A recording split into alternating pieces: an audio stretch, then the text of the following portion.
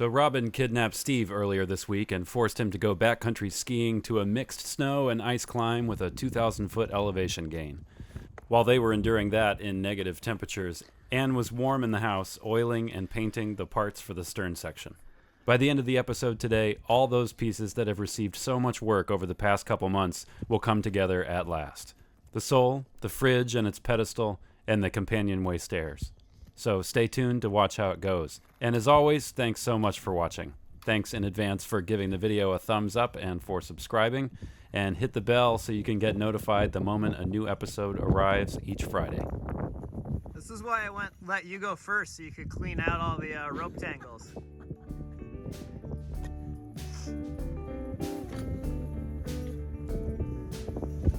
They say chivalry is dead.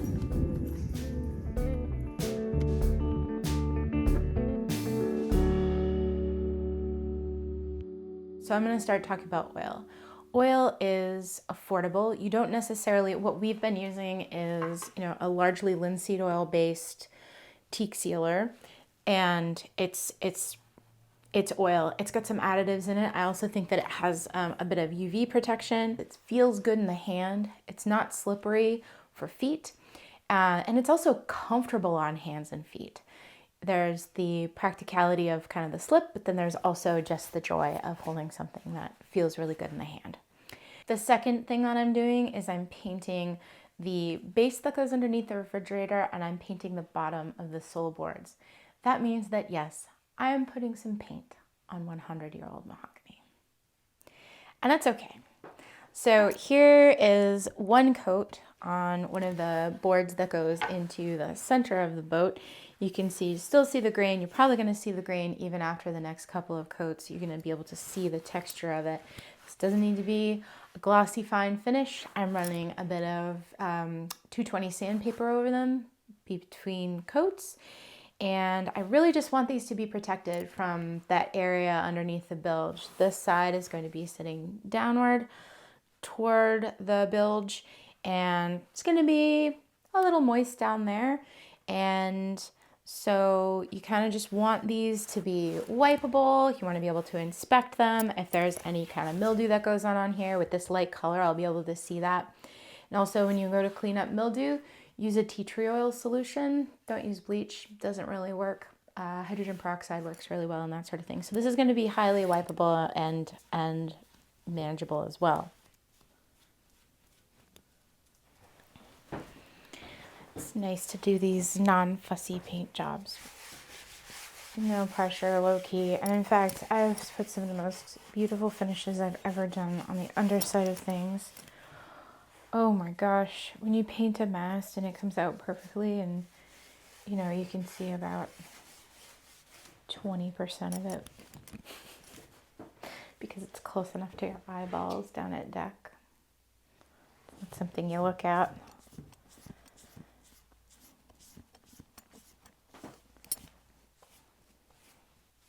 It is that way though.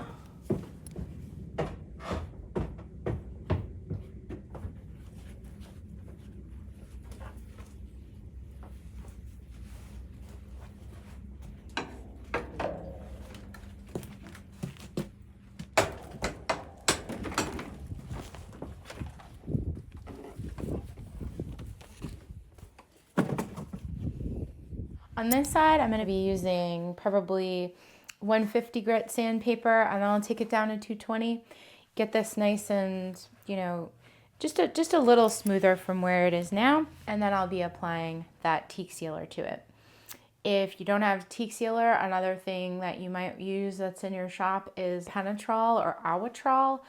Those are both also brushing liquids that are really lovely to use. That last coat or your last couple coats, it really helps the paint flow off of the brush, and you end up having really beautiful finish off of that.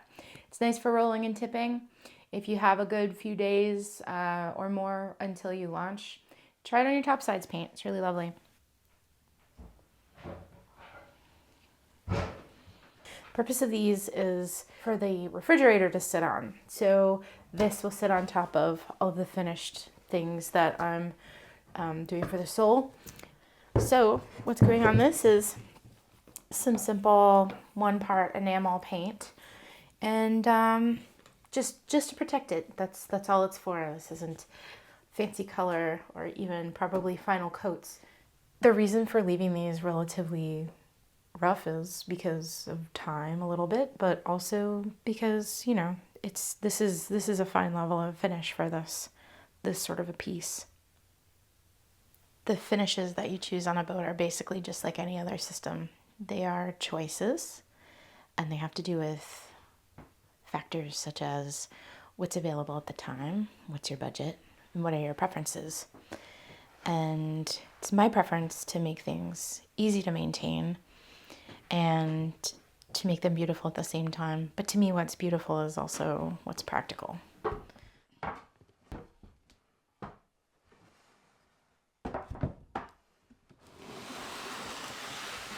I think we should work on these. Oh, companionway, right, yeah. We can get the stairs built, we can get the upper ladder part all built and put together and installed. And then at the end of the day today we can put the sole in, or first thing tomorrow we can put the sole in and then put the base in and put the reefer in and attach the stairs. You got it. The bolts in the handle here are to reinforce the wood here. So wood is really strong with the grain. It's not so strong across the grain. And that bolt just reinforces that wood so that if you do hit this really hard, that metal's in there to help back it up. And if you do somehow break the wood, this handle just doesn't come flying off. It'll stay attached via those bronze bolts. And if you break the bronze bolts, well, we got bigger problems.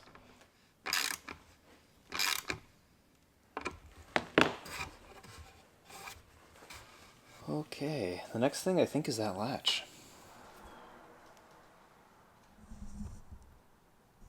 So I want that to go something like that.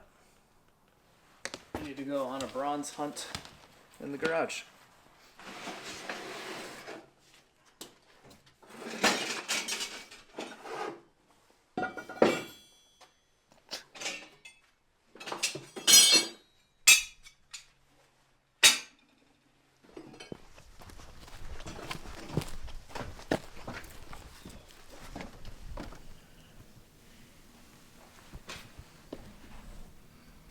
Alrighty, that'll work.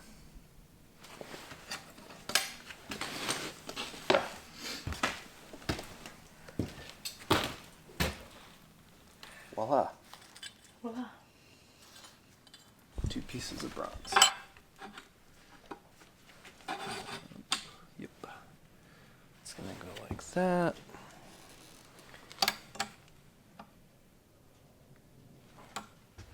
And that's gonna go like that. And we're gonna go down to the welder and just weld with some bronze, the stainless steel, down to the bronze. We'll drill through the bronze and add some fasteners, and then we'll be able to unhook and take out part of the companionway and relatch it. But I'm afraid this latch is incredibly strong. I forget how many, it's like over 1,000 pounds that it holds. It's ridiculous. And you can see it's got like a big bar, so it's going side to side, it's rigid, and it's got a latch with a spring here that you need to pull down to be able to open. Somebody's been storing seeds in my welding jacket.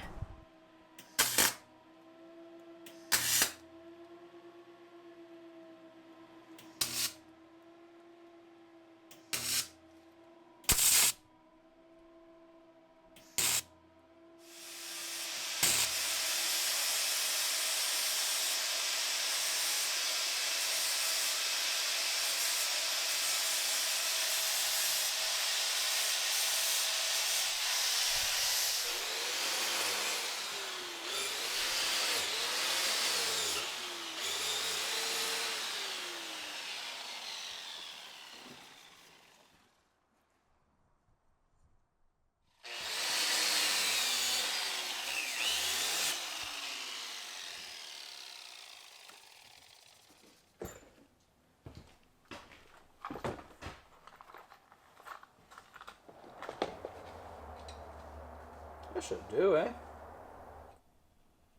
So we just don't inlay them, and we should be okay.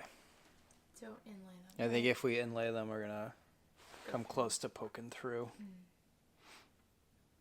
Well, no, actually, I guess if we inlay them, it's still pretty close to poking through. Yeah. It's just so close. I think that's a little better. Now let me just round these corners out on this, and I think that'll be fine.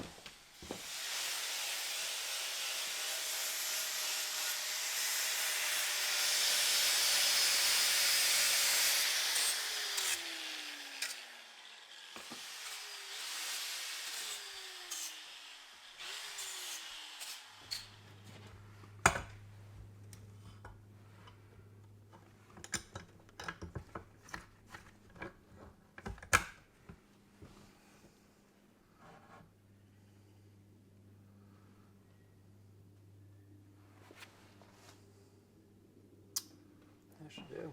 Let's mark some bolt holes. Or some screw holes, rather. 1, 2, 3,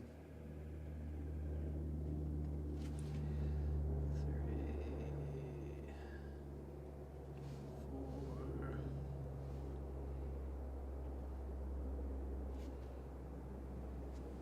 5. Does that feel like enough? That's all he has. I think that's good.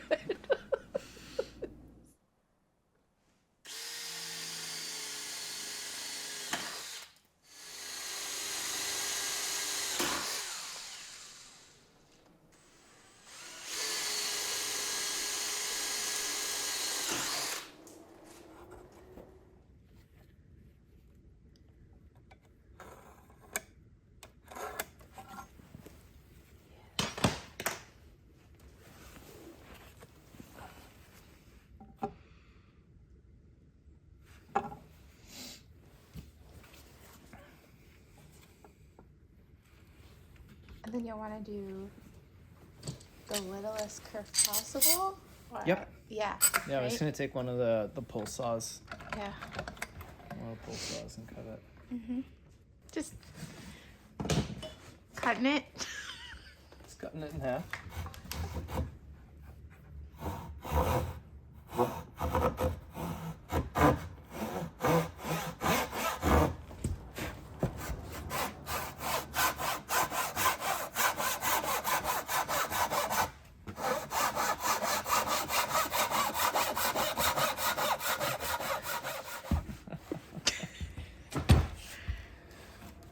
Can't believe we just did that. It looks good.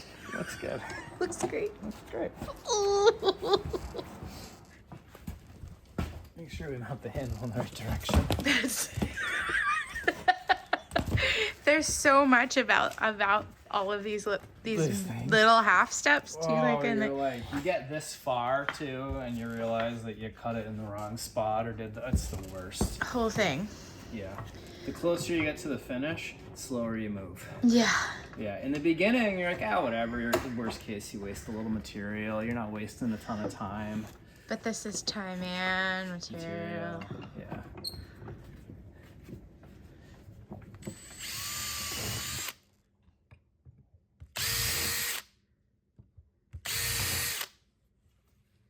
All right, horizontal screws slots or vertical screw slots? Oh, horizontal. I've heard vertical so that they don't collect any sort of crud or moisture. I guess so. What's running through them? I read a thing on the wooden boat forum once where they were arguing about horizontal or vertical for the slots on the screws. And pros and cons thereof. Aesthetics versus function.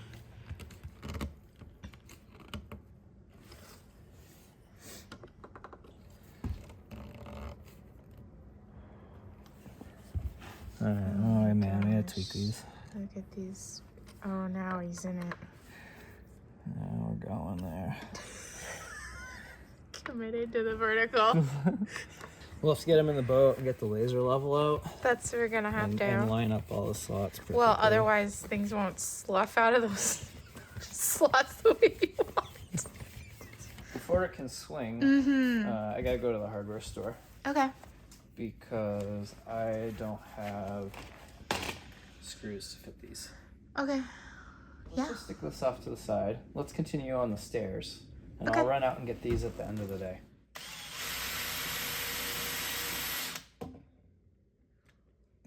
Oh.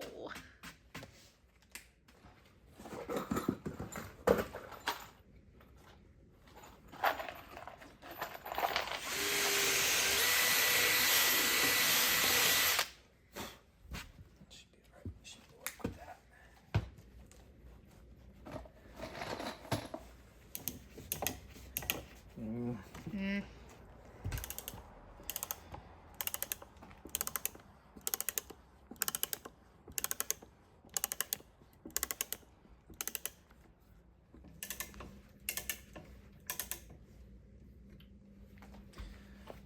All right.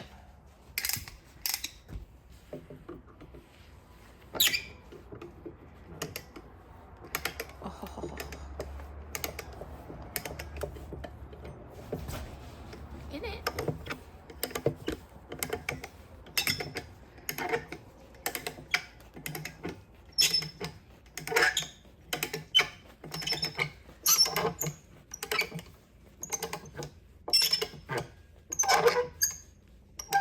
Okay, so now these aren't vertical, so slot collection doesn't matter. Do they run this way or do they run with the grain?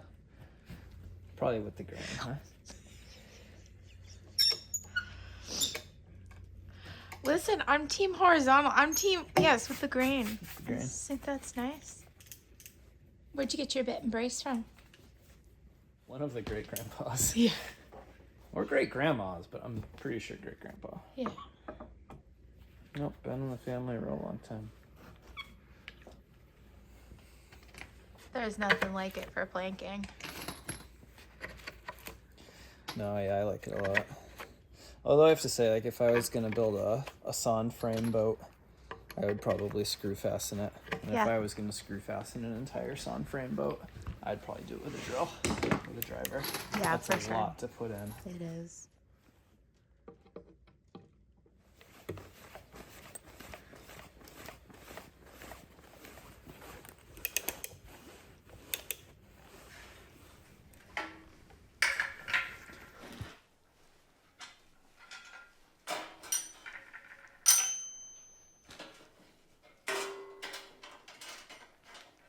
Steve's switching the bandsaw over to a metal blade so that he can make some small brackets for these steps.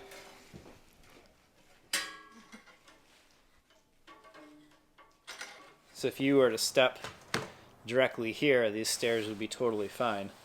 But in reality, we're going to be stepping on them mostly like this, coming on at an angle, and we're just leveraging against those screws.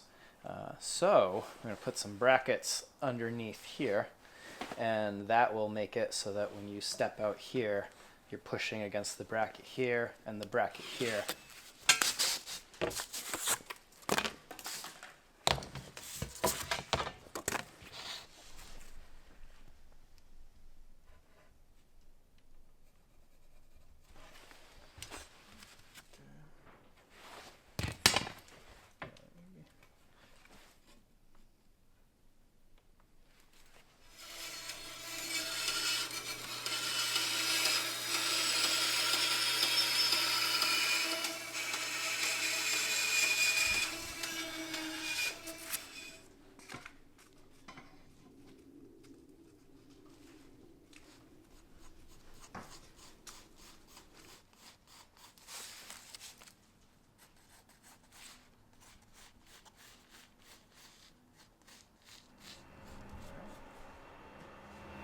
Now, does that fit well on the one below as well? Can you kind of take the design and like make all those parts now? Make it for that side and the other side. Yep. Yeah?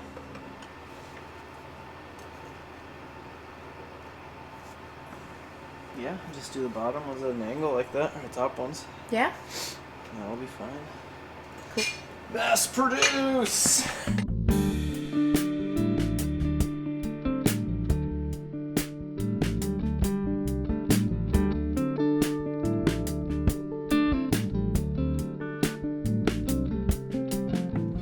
Shall we go do some welding? Let's do it.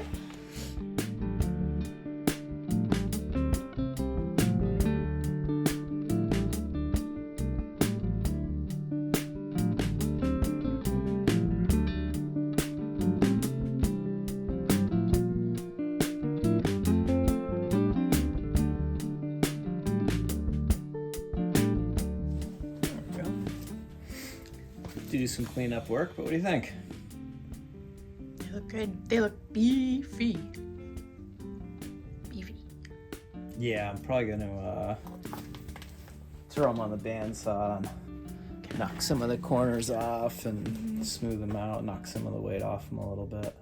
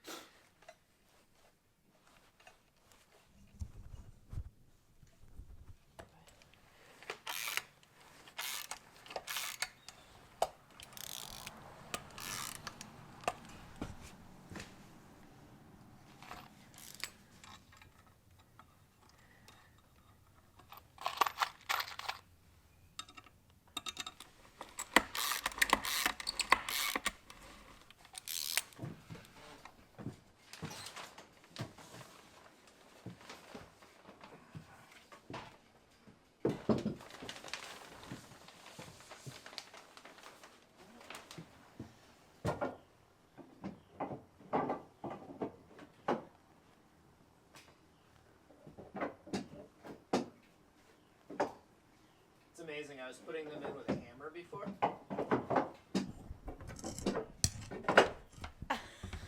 And they went in the house for a couple days. Yeah. And now they just fall in and out.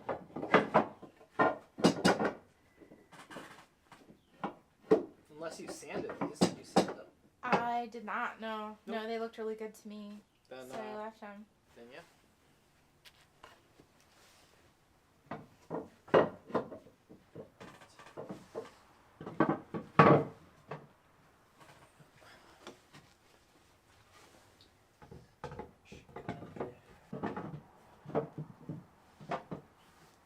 Shrunk too. Oh, I bet. That. Now we need to go get the base for the fridge. Yep. Get that in assembled, then we can put the fridge in.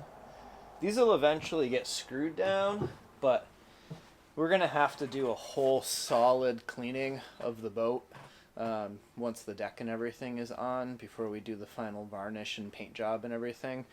And I think screwing them down then will make sense. But now we can't really go anywhere on them, so we'll cover them up with some cardboard and some plywood and keep them safe. You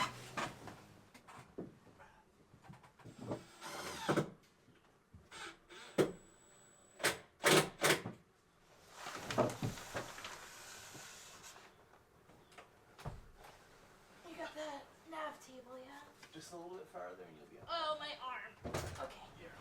Yeah.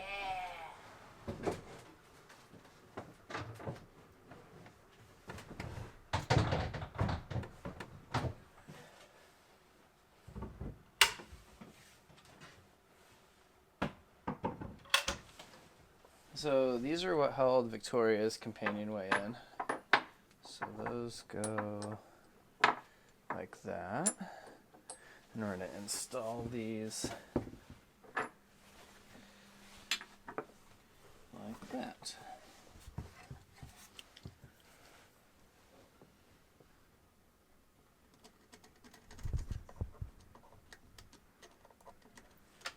I'm going to clean these up first. Okay.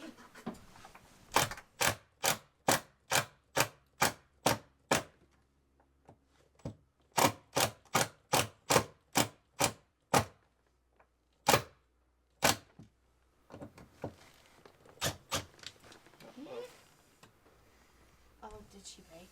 She broke. So that is the risk of doing things with impact guns. I didn't horse on that. It doesn't take much. No.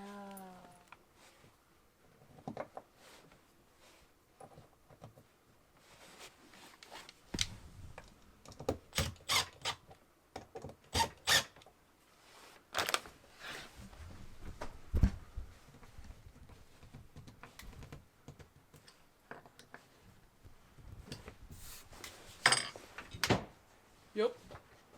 Oh, no. Now we attach the bottom. Where'd you get these dogs from? They're pretty. It was amongst the things that someone dropped off once. Oh, wow. Yeah, they're Handy. yeah they dropped off a whole bunch of goodies. There it is. That's better. I think at some point we should take him out and put a little honing compound on the bolt and run the nut down 3 or 4 times with just a tiny little bit of like what you would put on a leather strop. Oh. And it'll just polish the threads inside the nut and inside on the bolt, but it won't really remove much material at all. I see. And then clean that up and throw a little lube on there. But yeah, just from them being cut, they're a little sticky. The plan is to put a couple of these on either side and anchor the fridge out and down to the bilge stringers. And when that can no longer get pulled forward, the stairs should be a lot more solid. But before we can install the turnbuckles, I need to see where the sink lands so that we can get the turnbuckles in there and have them be function together and not create a bunch of dead space or some sort of weirdness.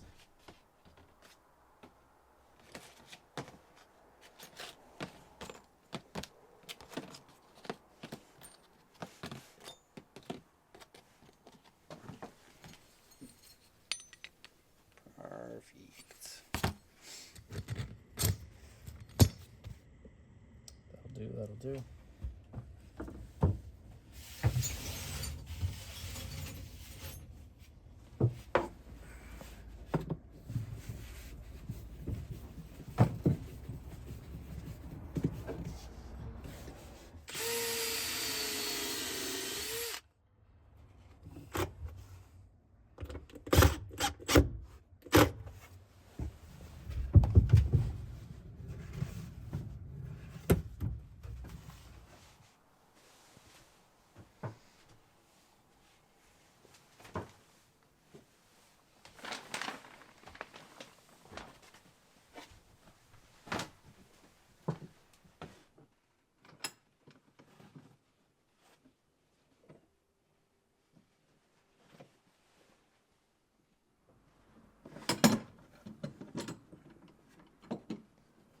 And just a skosh higher.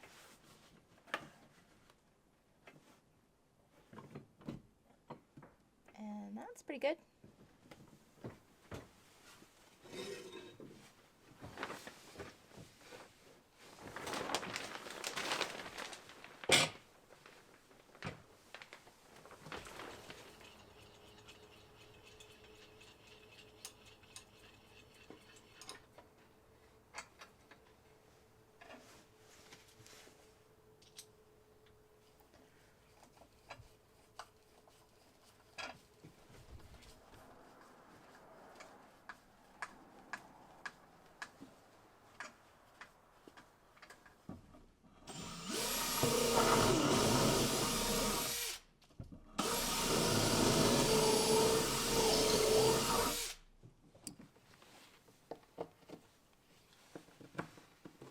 I love that hot cedar smell.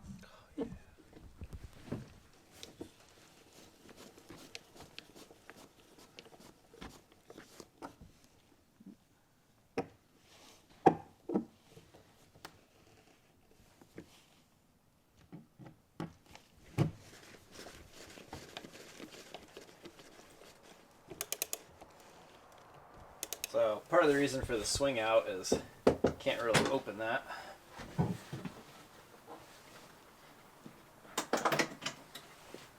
Get out of the way. You have great access.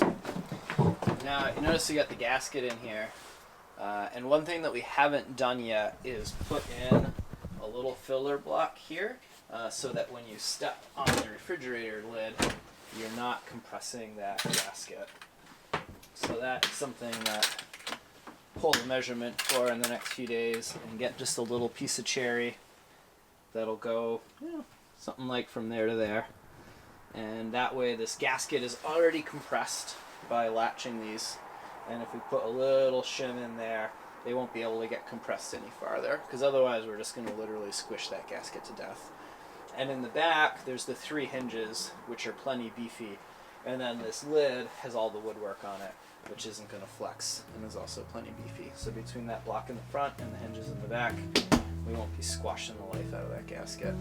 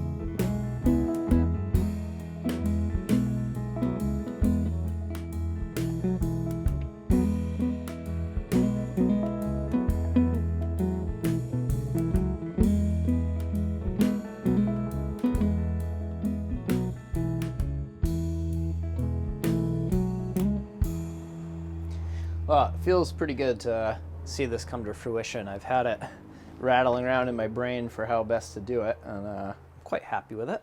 And if you'd like to see this in person, February 11th, we are celebrating our 200th episode. So we're going to have an open house during the day, just real low key, but check out the website. The information's there for that. And if you look in the description below, you'll find some information for the live event and setting a reminder for that. And thank you to everyone who follows and has contributed to make these videos possible. Without the support on Patreon and elsewhere, there's no way we'd be producing this weekly content. So thanks for following along. We'll see you here every Friday, and we hope to see some of you here on February 11th, actually in person in this cold, cold boathouse, and share some stories and enjoy celebrating the 200th episode. So see you then. Thanks for following.